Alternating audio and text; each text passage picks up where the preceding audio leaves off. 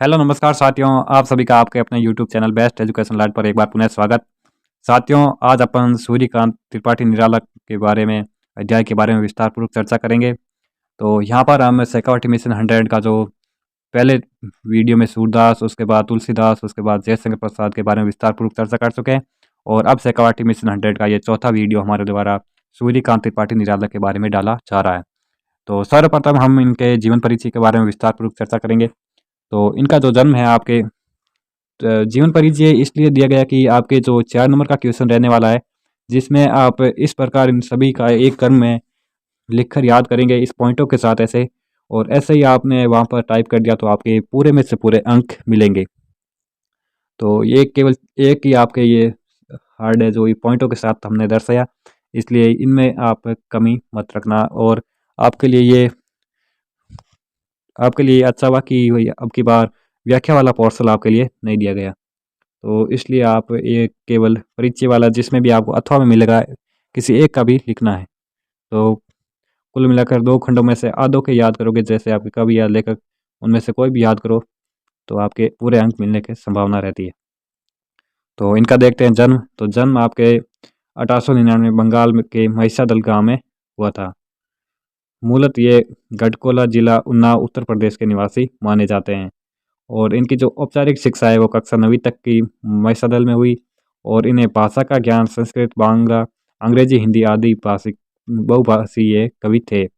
और इनके जो संगीत और दर्शन शास्त्र के भी ये अभियता रहे थे, अध्येता। और प्रभाव इनके रामकृष्ण परमहंस और विवेकानंद जी की विचारधारा का इनके ऊपर प्रभाव पड़ा था। और परिजनों ने के लगातार काल कवलित होने से जीवन दुख और संघर्षों से भरा रहा। साहित्यिक क्षेत्र में भी निरंतर इन्होंने संघर्ष किया। काव्य रचनाएं हैं इनकी, ये महत्वपूर्ण पॉइंट रहने वाला है। तो काव्य रचनाएं आपको लिखनी है: अनामिका, परिमल, गीतिका, कुकुर, मुता और नए पत्ते। और अन्य विधाएं हैं आपके उपन्यास, कहानी, आलोचना और निबंध। वे तोड़ती पत्थर एवं भिक्षुक प्रसिद्ध कविता संग्रह इनका है सूर्यकांत त्रिपाठी निराला जी का। नेक्स्ट पॉइंट है कि प्रसिद्ध प्रासंगिक रचना। तो प्रसिद्ध प्रासंगिक रचना है आपके राम की शक्ति पूजा और तुलसीदास नई युग के प्रशासनिक रचना। और इनकी पत्नी की स्मृति में जूही की कली एवं पुत्री सरोज के आकस्मिक निधन पर उनकी स्मृति में सरोज स्मृति रचना, जो हिंदी का सर्वश्रेष्ठ शोक गीत माना जाता है, जो आपके 12th के आप अगर हिंदी लिटरेचर लोगे तो उसमें ये जरूर देखने को मिलेगा। और इनका जो संपूर्ण साहित्य और निराला रचनावली के 8 खंडों में विभाजित है। तो इनका जो संपूर्ण साहित्य और निराला रत्नावली के नाम से 8 खंडों में विभक्त है। और ये छायावाद के रुद्र या महेश कहलाते हैं। और मुक्त छंद के प्रवर्तक, जिसे आलोचकों ने खर छंद या केंचुआ छंद कहकर पुकारा। शोषित वर्ग के प्रति सहानुभूति एवं शोषक वर्ग के प्रति तीव्र आक्रोश का भाव इनमें था। मतवाला के संपादक मंडल में इन्होंने भागीदारी निभाई, अर्थात शामिल हुए। छायावाद, प्रगतिवाद एवं प्रयोगवाद तीनों युगों की रचनाएं इनमें मिलती हैं। और इनकी अब देखते हैं काव्य की विशेषताएं। तो दार्शनिकता, विद्रोह, क्रांति, प्रेम और प्रकृति का विराट और उदात्त चित्र इनके काव्य में मिलता है। और इनका जो निधन आपके सन 1961 में हुआ था। तो इस प्रकार हमने देखा इनका काव्य परिचय। अब देखते हैं नेक्स्ट वस्तुनिष्ठ क्वेश्चन। तो इसमें पहला क्वेश्चन है, उत्साह कविता में कौन सा रस प्रयुक्त हुआ है? तो उत्साह कविता में आपके वीर रस प्रयुक्त हुआ है। नेक्स्ट दूसरा क्वेश्चन है, बादल किसका प्रतीक है? तो बादल आपके क्रांति का प्रतीक है। नेक्स्ट तीसरा क्वेश्चन है कि ललित ललित घेर घेर में कौन सा अलंकार है? तो इसमें आपके पुनरुक्ति प्रकाश अलंकार है। नेक्स्ट चौथा क्वेश्चन है कि आंख हटाता हूं तो हट नहीं रही पंक्ति में किसकी आभा हट नहीं रही? तो इसमें आपके फागुन की आभा है जो नहीं हट रही है। ये ऑप्शन इसका राइट आंसर है। नेक्स्ट पांचवा क्वेश्चन है, कवि ने बादलों की तुलना किसके घुंघराले बालों से की है? तो शिशु के घुंघराले बालों से तुलना की है।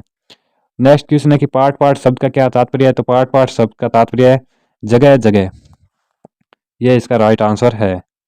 नेक्स्ट क्वेश्चन है कि अट नहीं रही है कविता में कौन सा गुण है? तो इसमें आपके प्रसाद गुण है। इसमें आपके प्रसाद गुण है जो इसका राइट आंसर है। कवि ने बादल का मानवीकरण किस रूप में किया है? तो कवि ने बादल का मानवीकरण है जो आपके बच्चे के रूप में किया है। तो यहाँ पर आपके मानवीकरण अलंकार हुआ है। नेक्स्ट नौवां क्वेश्चन है, उड़ने को नभ में तुम पर पर कर देते हो पंक्ति में निहित अलंकार बताना, तो इसमें आपका यमक अलंकार है। 10वां क्वेश्चन है कि निराला जी ने किस पत्रिका का संपादन किया, तो उन्होंने समन्वय और मतवाला दोनों है जिनका संपादन किया था। नेक्स्ट आते हैं लघुतात्मक क्वेश्चन की ओर बढ़ते हैं हम, और जिसमें पहला क्वेश्चन है कि तप्त धरा जल से फिर शीतल कर दो बादल गरजो पंक्ति का आशय स्पष्ट कीजिए। तो इस पंक्ति का आशय इस प्रकार है कि वर्षा ऋतु आने पर बादल अपने शीतल जल से धरती का ताप शांत करता है, इसलिए कवि ने बादल से तप्त धरा को शीतल करने की बात कही है। इसके अतिरिक्त तप्त धरा से कवि का आशय अनेक प्रकार के कष्टों से दुखी जनता भी है, नव जीवन प्रदान करने की अक्षयता। अतः कवि ने बादल से जगत के दुखी प्राणियों को नव जीवन से भरने का भी अनुरोध किया है। नेक्स्ट दूसरा क्वेश्चन आता है कि उत्साह रचना का प्रकार संबोधन संबोधित शब्द का पर्यायवाची रचनाकार का पसंदीदा विषय वे सुनाई देने वाला प्रमुख स्वर प्रतीक कौन सा है। तो ये सभी चीजें आपको बतानी है। तो इसमें आपका रचना का प्रकार है वो एक आह्वान गीत है, संबोधन है बादल को है, बादल है पर्याय, धाराधर है आपके पर्याय है आपके धाराधर, और रचनाकार है सूर्यकांत त्रिपाठी निराला। निराला जी का पसंदीदा विषय आपके बादल है, बादल की गर्जना से सुनाई देने वाला स्वर, और नवचेतना और सृजनात्मकता है जो पौरुष व क्रांति का प्रतीक है। तो इस प्रकार इसमें आपको ये सभी पॉइंटों के साथ इसमें आंसर देना, तो इस प्रकार इसमें ये आपको सभी पॉइंटों के साथ इसका आंसर देना है। नेक्स्ट तीसरा क्वेश्चन है कि घेर घेर घोर गगन कवि बादलों में ऐसा क्यों कहता है। तो बादलों से ऐसा इसलिए कहता है कि वे ये आकाश मानो धरती का संरक्षक है, इसलिए बादल आकाश में छाकर धरती की तपन दूर करने के लिए छाया कर देते हैं और अपनी जल वर्षा से इसे शीतलता प्रदान करते हैं। गैर वर्ण की आवृत्ति के कारण अनुप्रास और घेर में पुनरुक्ति प्रकाश अलंकार है। और चौथा क्वेश्चन है कि पाठ पाठ शोभाश्री पट नहीं रही है का आशय बताए। तो पंक्ति का आशय है कि सब जगह फागुन की प्राकृतिक सुंदरता एवं मादकता रंग बिरंगे फूल पत्तों के रूप में इस तरह छा गई है कि वे मानो तन मन में समा नहीं रही है और बरबस बार प्रकट हो रही है। तो पाठ पाठ सब में पुनरुक्ति व शोभा श्री रूपक एवं मानवीकरण तथा पूरी पंक्ति में अनुप्रास अलंकार दृष्टव्य है। नेक्स्ट पांचवा क्वेश्चन है कि निराला की उत्साह तथा अर्थ नहीं रही है कविताओं में किन ऋतुओं का वर्णन हुआ है। तो इनका महत्व भी स्पष्ट कीजिए। तो निराला की उत्साह कविता में वर्षा ऋतु तथा अर्थ नहीं रही में फागुन महीने में आने वाली वसंत ऋतु का वर्णन हुआ है। दोनों ही ऋतु मानव जीवन के लिए महत्वपूर्ण है। गर्मी की तेज धूप लू और तपन के बाद आकाश में छाए बादल अत्यंत सुंदर और सुखदायी लगते हैं। उसी प्रकार सर्दी की ठिठुरन और गलन के उपरांत वसंत का मादक सौंदर्य अत्यंत आकर्षक होता है। इस प्रकार ये दोनों ही ऋतुएं आकर्षक और उपयोगी भी है। अब आते हैं आपके दीर्घ उत्तरात्मक क्वेश्चन, जिसमें है कि उत्साह कविता में दिखाए गए बादल क्रियाकलाप का उल्लेख कीजिए या उत्साह कविता का मूल भाव लिखिए।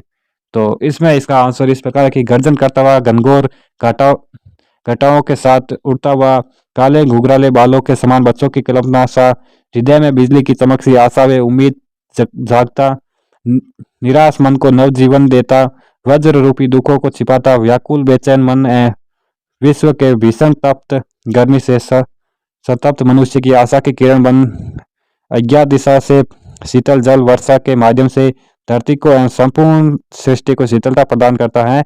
संसार को नवजीवन और नवीन प्रेरणा प्रदान करने में सामाजिक क्रांति का प्रतीक है। इसके माध्यम से जोश पौरुष और क्रांति का संदेश मिलता है। ये विभिन्न अर्थों की ओर संकेत भी करता है। पीड़ित प्यासे जनों की प्यास बुझाने और सुखकारी शक्ति के रूप में, उत्साह और संघर्ष की भावना रखने वाले क्रांतिकारी पुरुष के रूप में, जल बरसाने वाली शक्ति के रूप में, समान को नवजीवन की प्रेरणा देने वाले कवि के रूप में। तो ये इसका आंसर था।